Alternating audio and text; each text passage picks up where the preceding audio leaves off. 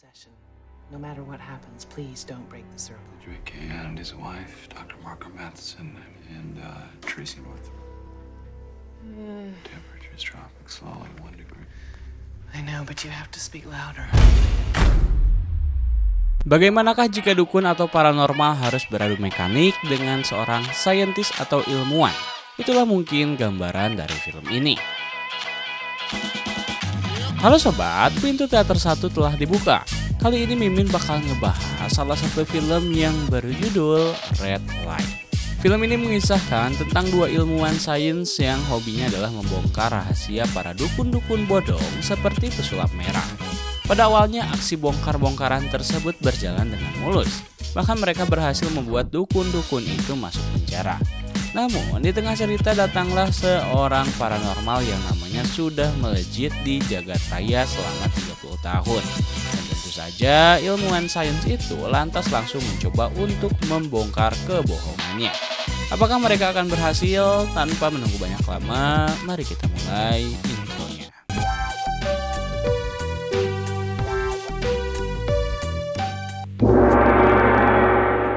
Cerita diawali dengan dua orang dosen yang sedang dalam perjalanan menuju suatu rumah. Mereka adalah Tom dan Margaret. Diketahui keduanya mendapatkan panggilan untuk datang ke sebuah rumah yang disinyalir berhantu.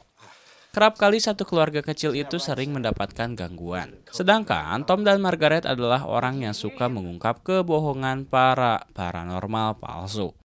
Benar saja, ketika baru masuk rumah tiba-tiba terdengar suara dentuman keras dari lantai atas. Lantas si bapak mulai merasa takut dengan hal tersebut. Tak lama dari situ datanglah seorang wanita yang mengaku bisa memanggil dan berkomunikasi dengan roh jahat. Setelah mendapatkan tur rumah dan kedua pasutri itu menunjukkan anak mereka yang sedang bermain di kamarnya, terlihat juga Margaret, Tom, dan wanita pemanggil roh jahat diperkenalkan dengan salah satu anak mereka. Lantas wanita pemanggil roh tanpa basa-basi langsung mengajak mereka untuk memulai ritual pemanggilan roh jahat. Wanita tersebut melakukannya di atas meja dan menyuruh semuanya agar berpegangan tangan. Di meja tersebut telah berada Margaret, pasutri, dan wanita tadi. Lalu dia mengatakan jika lampu di rumah terlalu terang sehingga si bapak harus membuat ruangan tersebut sedikit gelap. Sedangkan Tom sendiri dia bertugas untuk merekam segala ritual yang dilakukan, termasuk dengan mendeteksi perubahan suhu udara menggunakan sebuah alat. Dan tak lama tiba-tiba suara dentuman itu terdengar kembali. Drake and his wife, Dr. Marco Matheson, and Tracy North. Temperature's dropping slowly, 1 degree. I know, but you have to speak louder. Sontak meja mereka pun bergetar dan bergerak sangat mengejutkan. Dan hal tersebut membuat semuanya takut kecuali Margaret dan Tom. Mereka seakan-akan sudah biasa melakukan hal itu dan merasa ada kejanggalan dalam ritualnya. Tak lama anak pasutri pun muncul sambil berlari ke arah ibunya. Selang beberapa waktu, Margaret mencoba untuk berbicara secara persuasif pada anak pasutri. Dan ternyata sang anak mengakui jika dia tak suka tinggal di sana. Namun ayahnya tak mau pindah rumah lagi. Alhasil anak itu membuat skenario kegaduhan yang seakan-akan menunjukkan jika rumah tersebut berhantu. Margaret dan Tom pun lantas pergi dari sana. Dan ketika si bapak menanyakan kenapa mereka pergi, Tom lantas mengatakan apa yang terjadi sebenarnya. Scene kemudian berlanjut di mana Margaret sedang mengajar di sebuah kelas. Seperti biasa, Margaret juga ditemani oleh Tom. Saat itu Tom bertugas sebagai asisten dosen. Margaret kemudian menjelaskan bagaimana caranya agar sebuah meja bisa terbang dan terangkat seakan-akan roh jahatlah yang melakukannya. Lantas Tom mempraktekkan caranya. Dimulai dari menekan meja dengan kedua tangan, lalu menariknya ke belakang sehingga meja pun terangkat. Seseorang juga bisa menambahkan kreasi lain seperti menahan satu kaki meja di ujung kaki, sehingga dengan mudah meja tersebut akan tampak seperti melayang. Itulah kenapa wanita pemanggil roh jahat di awal film meminta agar ruangan digelapkan, agar aksinya terlihat berjalan secara natural. Beberapa mahasiswa yang ada di sana juga sempat menanyakan beberapa hal, seperti apakah Margaret pernah menemukan sesuatu yang tidak bisa dia jelaskan. Dan Margaret menjawabnya dengan cerdas, sehingga presentasi kelasnya berjalan dengan lancar. Kemudian, setelah beres, Margaret pun didatangi oleh seorang dosen yang diketahui lebih memilih mempercayai hal-hal gaib. Dia justru mengajak agar Margaret bisa ikut dalam penelitiannya. Tapi Margaret sendiri menolak ajakan tersebut. Selanjutnya, terlihat seorang pria yang menyebutnya dirinya sebagai paranormal, yaitu Simon Silver. Ia tengah berhasil membengkokkan sendok yang berada di dalam tabung kaca. Lantas terdengar sorak-sorai penonton karena tak percaya bagaimana caranya Simon melakukan hal itu. Diketahui juga jika Simon ini adalah seseorang yang buta sejak kecil. Lalu dia telah menjadi paranormal selama hampir 30 tahun. Tatkala karirnya sedang menjulang tinggi, tiba-tiba Simon mengumumkan pengunduran dirinya sebagai paranormal. Lalu banyak orang yang mengira jika pengunduran diri Simon berangkat dari salah satu kematian seorang wartawan ketika berusaha mengungkap kebohongan Simon. Namun pihak dokter menyebutkan jika kematiannya adalah murni karena serangan jantung. Tapi ketika sedang asik menonton acara TV itu, tiba-tiba Tom didatangi oleh seorang mahasiswi wanita yang hendak memberikan tugasnya pada Margaret. Sebut saja dia Sally. Nampaknya Sally dan Tom saling suka. Lantas mereka pun pergi ke sebuah restoran untuk makan malam bersama. Di sana Tom juga sempat menunjukkan beberapa trik sulap pada Sally. Lantas hal itu membuat Sally terkagum-kagum. Tak lama, sebuah TV yang ada di sana memberitahukan jika Simon ternyata akan hadir ke kota mereka. Dalam beberapa waktu tentu saja orang-orang akan berbondong-bondong datang ke pertunjukannya. Di sisi lain, Margaret yang berada di rumah terlihat sedang mencari tahu tentang Simon ini. Diketahui juga jika Margaret ini telah 30 tahun lamanya terus-menerus membongkar rahasia paranormal. Ketika dirinya sedang membuat teh sambil meratapi foto dirinya bersama sang anak, tiba-tiba telepon berdering dan membuatnya terkaget. Tapi setelah diangkat, tak ada siapapun yang berbicara. Lantas, ketika kembali mengambil gelasnya, sendok yang dipakai Margaret sudah berubah bengkok ala-ala sulap Om Deddy Corbuzier. Kemudian scene berlanjut, di mana Margaret dan Tom kembali diundang ke salah satu rumah untuk mengatasi seorang anak yang disinyalir memiliki kelainan jiwa. Diketahui bocah tersebut tak pernah berbicara, namun tanpa banyak lama mereka pun segera menyelesaikannya. Lanjut, ketika perjalanan pulang, Tom tampaknya sedang membujuk Margaret agar mau mengikut sertakan Sally dalam tim pemburu paranormal itu. Meskipun sempat menolak karena Sally masih terlalu muda, tapi dia pun menyetujuinya. Kemudian Margaret pun meminta agar diantarkan ke rumah sakit untuk menjenguk David, yakni anak sematawayang Margaret. Di sana terlihat jika David sedang sakit parah yang membuat matanya terus menutup. Sebetulnya dia sudah sekarat, namun karena alat-alat dokterlah yang membuat David telah bertahan. Itu juga menjadi alasan Margaret untuk belum bisa menerima kepergian David, sehingga dia terus menyiksa David dengan alat-alat tersebut. Lanjut, pada keesokan harinya tampaknya Tom dan Margaret telah mengajak Sally untuk melakukan sebuah investigasi, di mana mereka mencari seseorang yang disinyalir merupakan pembantu dari salah satu paranormal. Dan dengan mudah Tom langsung berhasil mengambil sebuah catatan dari seseorang. Setelah itu ketiganya pun langsung pergi ke sebuah tempat teater. Di dalamnya telah ada seorang paranormal bodong yang sedang melakukan pertunjukannya. Dia mengaku bisa menyembuhkan penyakit seseorang, bahkan mengeluarkan roh jahat dari tubuh seseorang. Di sisi lain, Margaret and a Friend sedang mempersiapkan sebuah alat yang bisa mendeteksi adanya saluran radio. Hal itu digunakan oleh Tom untuk membuka kebusukan paranormal amatir tersebut.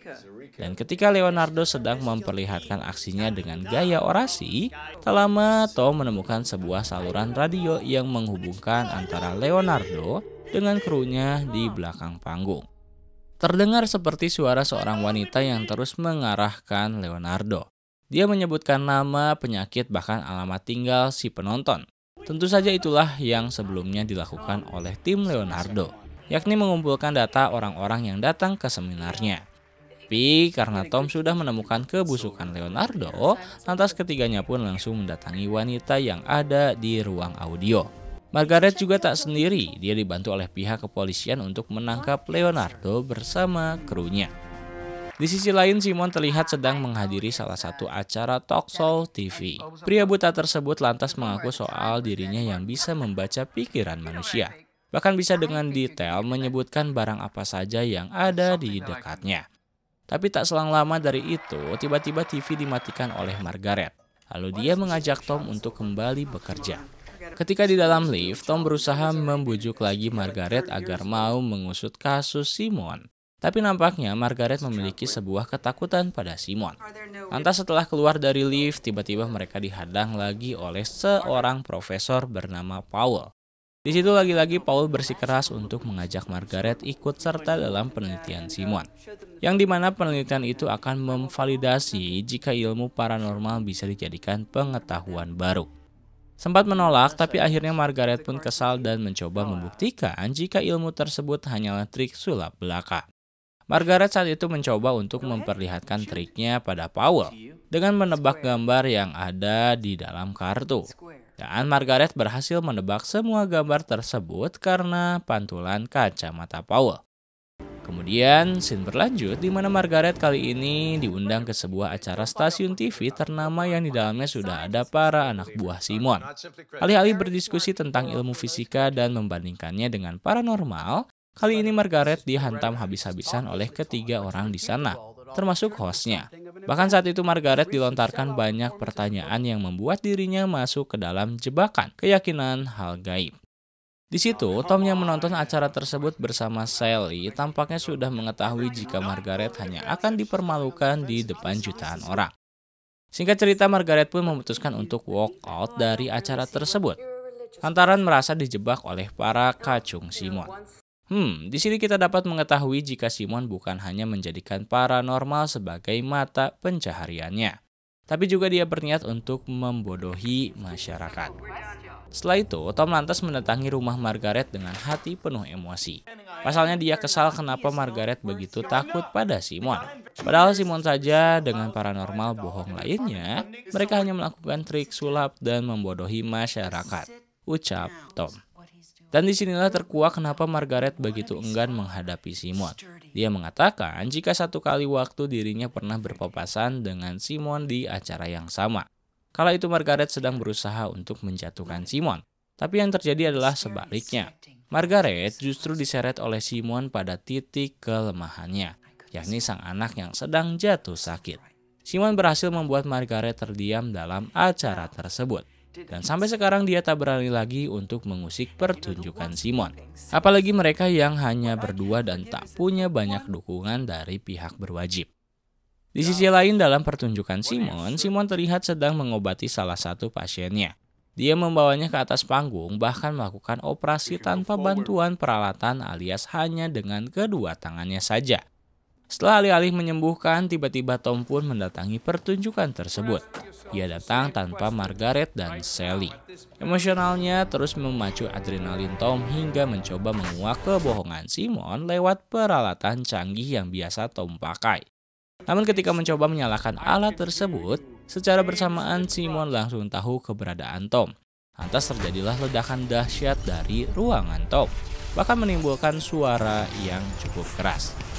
Karena aksi tadi telah gagal total, Tom pun kembali ke markas dengan membawa luka di wajahnya.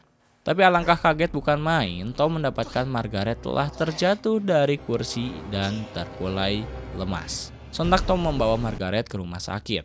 Tapi di sana dia disuruh untuk menunggu hasil pemeriksaan. Sembari menunggu, Tom pun didatangi oleh Sally dan memilih untuk duduk di ruangan David, yakni anak Margaret. Keadaan pun sekarang menjadi serba salah, tapi Tom tetap harus menjalani tugas-tugasnya sebagai dosen. Dia menggantikan kelas Margaret saat itu. Selang beberapa waktu tak lama dia mendapatkan telepon dari seseorang. Anehnya tak ada satupun yang berbicara di dalam telepon. Sama seperti Margaret di scene sebelumnya, bahkan seekor burung tiba-tiba menghajar kaca dan mengarah ke Tom. Di situ Tom lantas kembali ke kelas dan membubarkan kelas tersebut. Tapi hal mengerikan belum selesai. Tiba-tiba dia diberitahu lagi oleh dosen lain jika Margaret ternyata telah menghembuskan nafas terakhirnya. Tentu hal tersebut membuat Tom dan Sally merasa sangat terpukul. Namun karena tak ingin berlarut-larut dalam kesedihan, Tom lantas berinisiatif mendatangi Leonardo yang sekarang telah mendekap di penjara. Pasalnya Leonardo ini diketahui telah 30 tahun lamanya mengabdi kepada Simon, hingga akhirnya punya acara sendiri.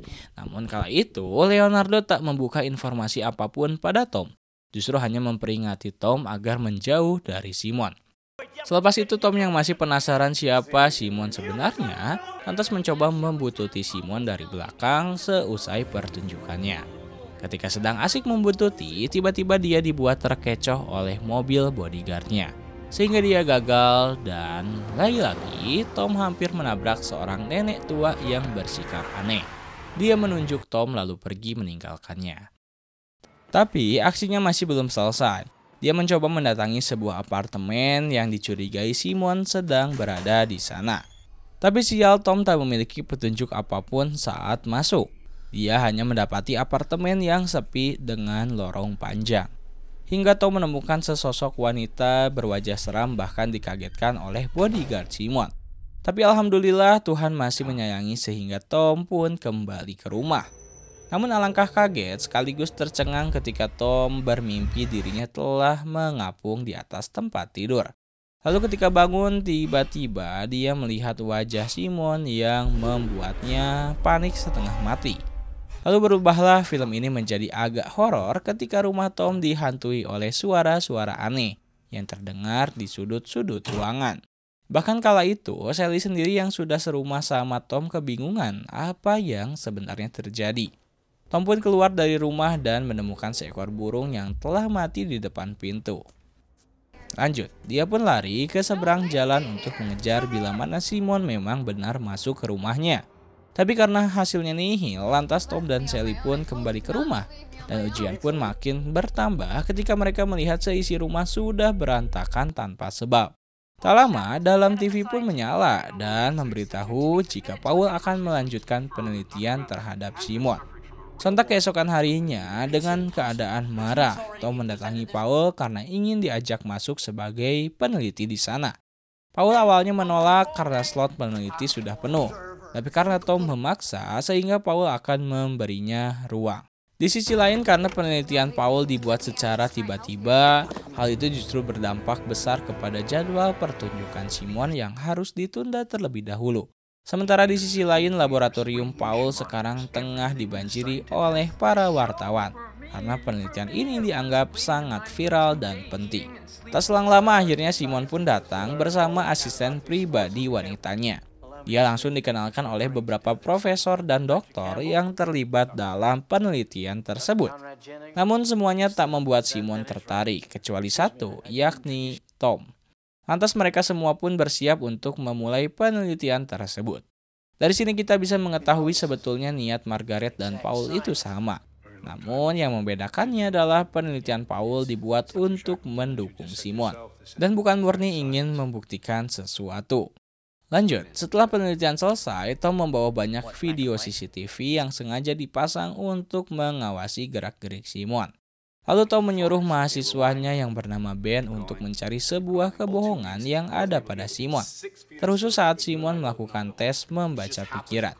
Dia memberikan waktu 4,5 jam untuk Ben segera mendapatkan trik sulap Simon. Sementara Tom sendiri sekarang kembali lagi ke apartemen Simon yang sebelumnya. Di situ dia berpura-pura menjadi pasien. Lantas ketika masuk ke dalam apartemen Simon, tak lama Simon pun mendatanginya. Di situ, Tom tak berbicara sepatah kata pun. Justru Simonlah yang terus mengoceh dari awal hingga akhir. Karena tahu Simon adalah orang buta, maka Tom tak segan datang dan mendekat pada Simon. Lantas Simon justru memberitahu kalau dia ingin rehat lagi dari dunia paranormal. Dan sebetulnya kita juga dapat mengetahui jika itu hanyalah sebuah trik dari Simon. Dia akan menggunakan trik paranormalnya ketika uang di brankas telah habis. Setelah beres dari sesi curhat tersebut, nampaknya di luar sana para wartawan sangat sibuk untuk memberikan berita baru, di mana Simon akan berhenti dari karir paranormalnya. Di sisi lain, Sally yang khawatir dengan keadaan segera mengejar Tom, karena Tom memilih untuk menyelesaikan kasus ini sendirian. Singkat cerita, Simon pun telah sampai di pertunjukan terakhirnya, Dan di awal pertunjukan, Simon tiba-tiba muncul layaknya Houdini. Dia terbang dari atas panggung dan kembali lagi dengan perlahan. Tentu hal itu juga dibumbui dengan kalimat filosofis ciri khasnya. Sementara di waktu yang bersamaan nampaknya band yang sedang menganalisis tiba-tiba ditelepon oleh Paul. Paul mengatakan kalau dirinya butuh bantuan band untuk menganalisis hal yang sama seperti Tom perintahkan. Namun Ben dengan bijak menolak hal tersebut. Tak lama Sally pun datang ke lab. Tentu saja dia tak mendapati Tom di sana. Tapi justru Ben sendiri langsung meminta bantuan Sally untuk menganalisis video CCTV bersama. Tapi di sisi lain Tom yang sedang berada di pertunjukan Simon dan lagi pergi ke WC, tiba-tiba harus dihadang oleh pria misterius. Bahkan pria tersebut datang untuk mencoba membunuh Tom. Lalu terjadilah perkelahian yang cukup panjang antara mereka. Tentu saja Tom tak sebanding dengan pria itu, sehingga Tom pun harus kalah telak dari pria misterius. Tapi kabar buruk tak selamanya terjadi, karena Sally dan Ben telah menemukan bagaimana trik sulap Simon saat di penelitian. Terungkap jika Simon menggunakan jam tangannya untuk bisa menebak angka-angka yang dipilih oleh pria yang ada di seberangnya. Lalu, setelah kepedihan yang berlarut-larut dari Tom, nyatanya Tom masih saja bisa berdiri, meskipun dengan wajah penuh darah. Tom tiba-tiba menghentikan panggung Simon. Lalu, Tom pun dengan sengaja langsung menggiring opini para penonton agar tak percaya lagi pada pesulap Simon. Hal tersebut telah dibuktikan saat seorang pria yang tangannya sedang Simon angkat. Pria itu mengungkap jika tangannya tak bisa diturunkan. Namun Tom justru malah menyuruh pria malang agar menurunkan saja tangannya tanpa harus percaya pada Simon. Setelah itu penonton pun seakan-akan tak percaya, lalu terjadilah adu debat antara Simon dan Tom. Mereka saling berteriak dan bahkan seperti dua dukun yang sedang beradu di alam goib. Di situ Simon justru tiba-tiba berteriak kesakitan entah kenapa.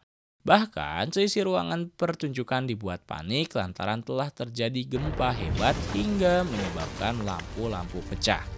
Setelahnya keadaan tiba-tiba berubah lagi menjadi hening. Di situ, Simon lantas bertanya, bagaimana kau melakukannya? Tentu Tom tak menjawab pertanyaan itu dan justru malah melemparkan koin yang biasa Tom mainkan di jarinya. Kemudian Simon menangkap koin tersebut. Otomatis, kebohongan Simon pun langsung terbongkar. Dia sama sekali tidak buta. Setelah itu Tom dengan dingin keluar dari pertunjukan tersebut hingga hujan-hujanan di luar ala film-film India.